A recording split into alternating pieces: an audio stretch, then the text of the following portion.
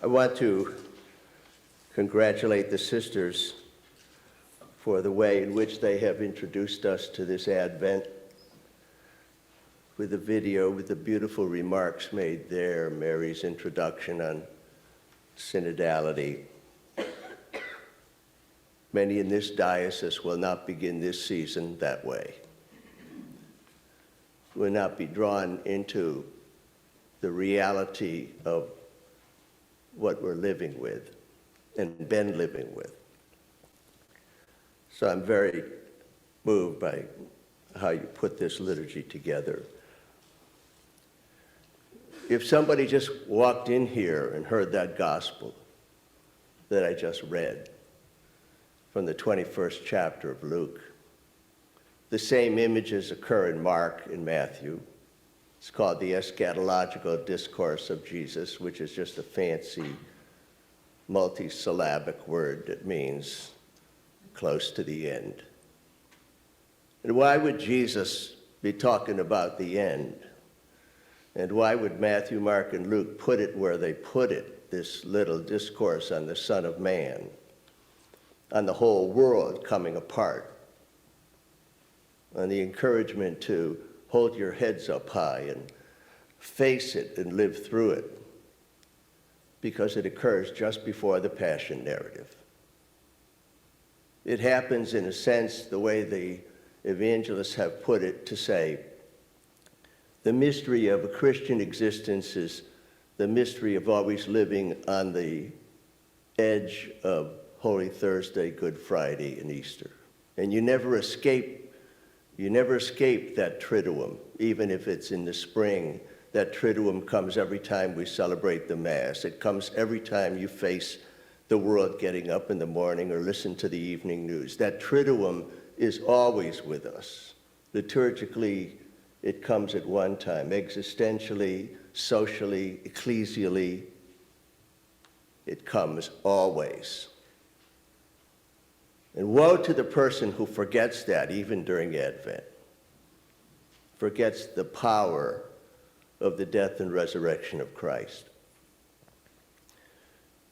The one word I want to leave with you this morning is survivor. It's a very powerful word in our time.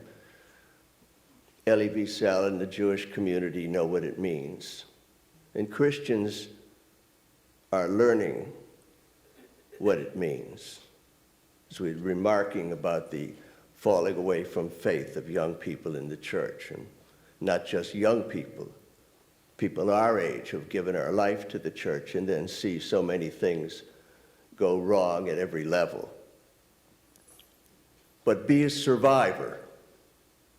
It's the only thing, I think, that people who are living through difficult times, personally or in the church or in society, it's the one word that speaks to me of resurrection. Resurrection, Jesus is a survivor, the ultimate survivor, not the one who avoids death, but who pierces the sorrow and the finality of it. Nobody has ever asked me after Mass on Sunday, what do we mean when we say he will come again?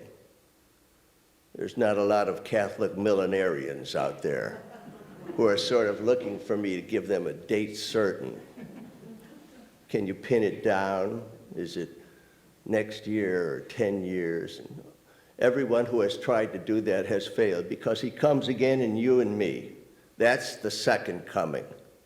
It is not somewhere else. Yes, the language is the language of the Son of Man on the clouds, the language of kind of cosmic revelations.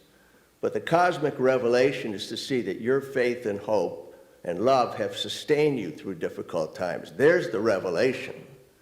The revelation is listening to that wonderful voice in that video. That's the revelation. That's where he comes again. And woe to the person who doesn't see it, who's looking for something else beside the faith, hope, and love of the Christian community was sustaining us. Jeremiah was a survivor. The first reading is from Jeremiah. You should read Jeremiah. during this week, because next week everything is going to change in Advent. It's a season that accelerates very quickly, 4 weeks long, less than that. And it accelerates very quickly into joy and birth and promises. And we end up dreaming like we're sort of drugged on the scriptures that it's all happening. But Jeremiah, on this first Sunday of Advent, is the prophet for us. Think of him. His ministry took place at the beginning of the exile of Israel. He was the one who was sent by God to announce bad news, to announce the end of the nation state, of the country. Jeremiah says to God in his own prayer, "You deceived me and I let myself be deceived. I believed your promises.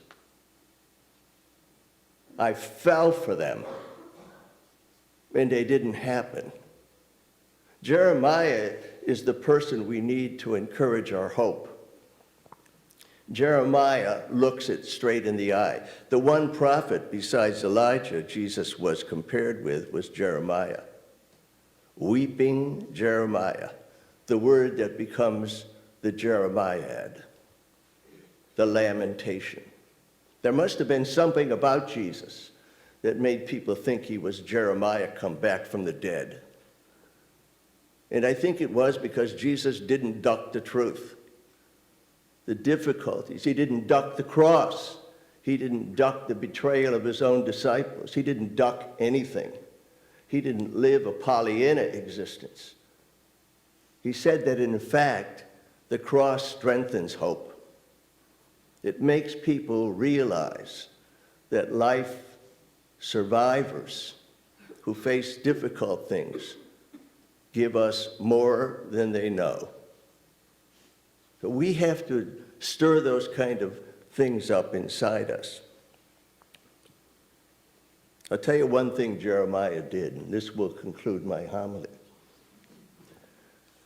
Jeremiah was in prison in Jerusalem because he had been such a naysayer. The king didn't like him. Nobody liked him. He was talking about the Babylonians coming and taking possession of the nation, which they did with Nebuchadnezzar at the beginning of the 6th century BC. They threw him into jail, shut the guy up. He's telling us we're not going to come through this well.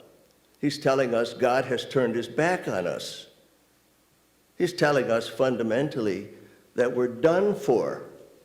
Lock him up. While he was in jail, his cousin says, "I have a piece of property in Anathoth, your hometown, and I need you basically to buy it because I'm not really going to be able to live on it myself. I have given up hope. The Babylonians are here. They're in the country. So will you sign the deed?" And Jeremiah does. He says, God tells him, buy Anathoth. Buy the property in Anathoth. Buy the real estate there. And Jeremiah tells the story of him signing the deed and a second deed and putting a deed in an earthenware jar and saying, hold it. And it's an enormous story of hope because it's buying property that's now occupied by your enemy. And that's what hope is. Buying property occupied by the enemy. Putting it in an earthenware jar for the future. That's what hope is. It doesn't mean optimism. It means an investment in what you cannot see now. And unless we do that as a Christian church, whether it's with synodality or anything else, we're not living the hope of Jeremiah or of Christ. Very, very powerful story. Read it. Jeremiah 32. In Jeremiah 31, Jesus said, the prophet says the words that Jesus quotes at the Last Supper, and we will use here in this Mass and in every Mass.